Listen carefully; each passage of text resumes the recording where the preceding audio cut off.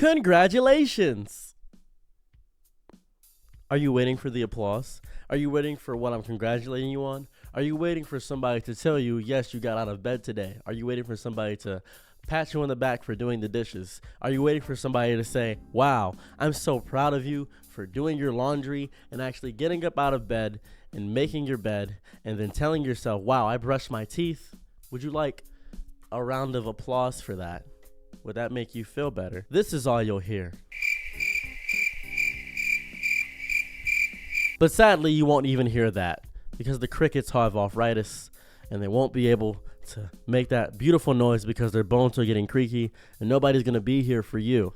You're probably thinking to yourself, why are you bashing me so deeply? How did you get inside of my head? How did you know I didn't do the dishes? How did you know I am proud of myself for doing the dishes? How did I know that? That's called the Barnum effect. The Barnum effect is a bunch of generic, disgustingly simple traits that is spread between most people in a common society that you say in order to manipulate them. That's the Barnum effect. What horoscopes do when somebody says, I'm such a Leo, or I'm such a Virgo, or I'm such a Pisces. It's what horoscopes do.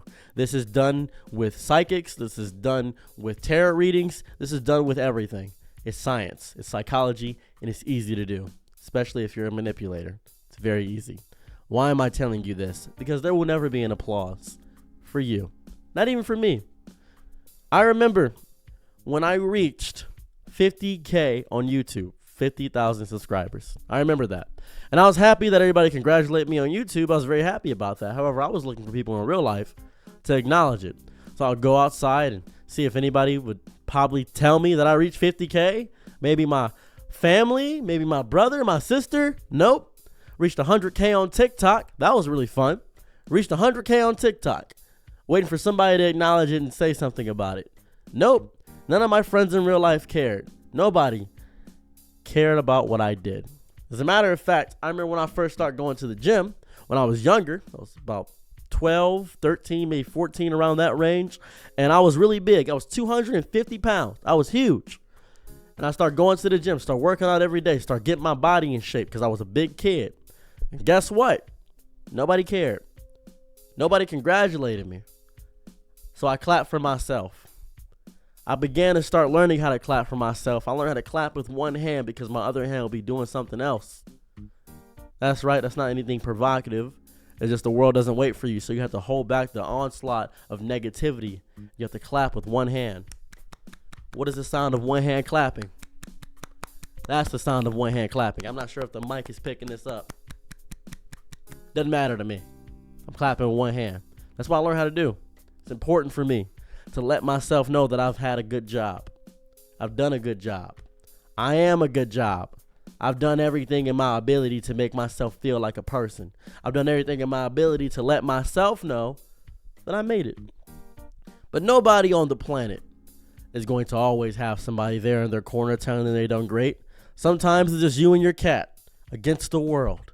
Sometimes it's you and your dog, and your dog doesn't know what's going on. He's just excited because you're excited, and he wants food. So you got to figure out how to get rent and dog food. And you're thinking to yourself, well, if I cut out dog food, I'd say about $300 a month. But my boy wouldn't be able to eat. He wouldn't be able to have some food. Why would I do that to him? Man, he's the only person that cares about me, and he only cares about you because you subjugated an animal. Realistically, he's all you know. She's all you know. That cat is all you know. Well, this cat is all they know. That's all the animal knows in its entirety. That's it. That's all they know. They know nothing else. So that's the issue. And your parents don't talk to you, and they don't congratulate you upon doing your taxes correctly. They don't say great job for getting that job and scoring it. You try to tell your friends, but they're too busy to tell you what's going on. They're too busy, and you want to tell them about it, but you want to feel like a psychopath. You don't want to feel conceited or prideful or arrogant or too much ego. You don't want to say, yeah, one of my videos went viral. I actually completed this task. I did it. I got up out of bed today. I didn't drink coffee this morning, and I feel great. I got 10 hours of sleep. You don't want to tell your friends this because guess what? You don't want to seem like a burden. So you just keep it to yourself. And you're waiting for some standing ovation, some congratulations, some applause. And you're looking around to an empty crowd in a theater that was sold out because they said they'd be there. And you're confused. You did all the theatrics. everything you could possibly do. You started eating apples, you got smoothies, and you didn't notice instant gratification. You didn't notice instant rewards. Nobody immediately came to you and said, great job. And you don't know what to do with that. Do you stop building because nobody cares? Nobody's putting their hands together.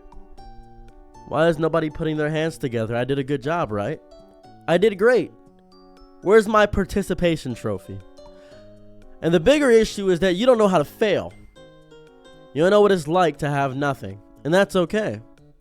And you can say you like being alone, but the instant some tiny bit of human communication comes up, you jump on the opportunity. You argue online with it. You say, I want to join this community. I don't need people. I'm good being an introvert. Really? Stop playing online games then. Stop going on Discord and talking to them for 8 hours. You're such an introvert. Prove it. You don't need anybody, right? But I'm an extrovert around the right people. That means you're an omnivert. Everyone, to me, is both. There's a lot of times where people get overstimulated even if they're extroverts and they enjoy the company of others. Some people have more charisma and are able to handle social situations better. But when you're around those people you can be silent around, you enjoy their presence more than their conversation. And when that conversation does arise, you love it. You pedestal it. You crave it deeply. But there's no applause for admitting what you are. You could say, I have autism. I diagnosed myself. I have BPD. I discovered this. I was introspective. So who's going to congratulate me? I say this a lot, and I've said it a few times before, but sometimes you got to crawl through glass in order to stitch yourself up so people can see the scars of yourself and feel the journey you went through without actually being there. Sometimes you got to break your own neck to have a shoulder to lean on. Sometimes no one cares. And they never will, because they can't. Because they have their own personal battles going on as well. I'm going to end this video with a story. Please pay attention if you could. One time, every single day, I would get on the elevator at my old apartment. And I loved it. Going up the elevator, I was surprised it worked. It was silent for the most part, till one day, I was going to work in the morning, going down the elevator, and a man stopped and said, stop that elevator. I said, okay, all right. He said, good day today, huh? And I've been having a bad day. I was already 3 minutes late for work. It was 2 minutes from my job, but I had to drive there in the 2 minutes. And I was trying to make sure that I didn't lose my job. I said, it's a day. He said, oh, well, we'll see about that. After I came home from work, we had the same schedule. He must have been a new tenant.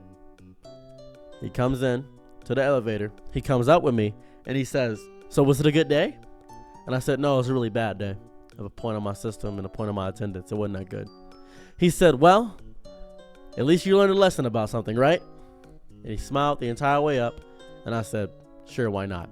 That man agitated me. As a matter of fact, I hated every minute with that man. He made me feel horrible. Hated every second of it. So bad. I went home and I watched the news because I used to watch the news a lot.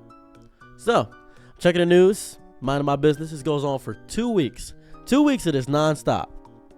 I don't hear him much. Don't hear anything about that. And I asked his name finally.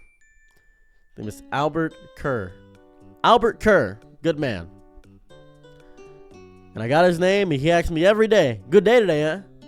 Agitated me. Always smiley. Always optimistic. Don't know where that optimism came from. And then I was on the news one day. Then I saw in memoriam, in the sad part of the news, where they're talking about deaths and tragedies, Rebecca Kerr and Stephen Kerr. Steve Kerr, little boy, died tragically. Rebecca Kerr, the mother, died tragically. She was in a drunken stupor and burned the house down. It's horrifying. And I recognized the last name. Turns out it was Albert's children, or more so child, and his wife. He came into the elevator. I was thinking to myself, hey, should I ask him about it? He immediately got in the elevator, said, good day today, huh? I said, yeah, hey, I got a question for you. Do you know Rebecca Kerr? He said, yeah, it's my wife. She passed. I said, how recently? He said, oh, I believe it was yesterday in a fire with my son. And I said, oh, are you okay? He said, good day. And I'm thinking to myself, he might be a psychopath. Perhaps. That's what I'm assuming. But no. He said, I hope you have a good day.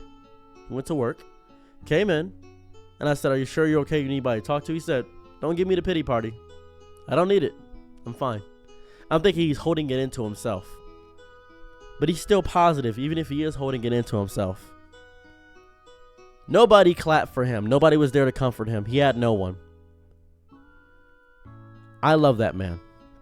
I hate him a lot less now. I despise him a lot less. I look forward to the conversation we have in the elevator, because it made me feel like I was helping in some way. But I wasn't. I discovered that I was not. He didn't need me. He didn't. Not at all. Hung out with him one time. He said, well, I really didn't want to hang out, but if you want to, you're more than welcome to come over. But just know I probably won't talk to you that much. He went home and painted his Warhammer figurines. He played his single player game. He worked out. He gave himself a foot scrub and said, I'm about to take a salt bath. Then I'm going to bed after I make myself some dinner. He had a routine. He was perfectly content by himself. And I didn't know the small battles that he faced in his life. I have no idea. I don't know the small little things that he had going on. But he chose to be positive every day and give himself a standing ovation. No one will clap for you. There will never be applause. Sometimes you have to fill the noise with your own mind.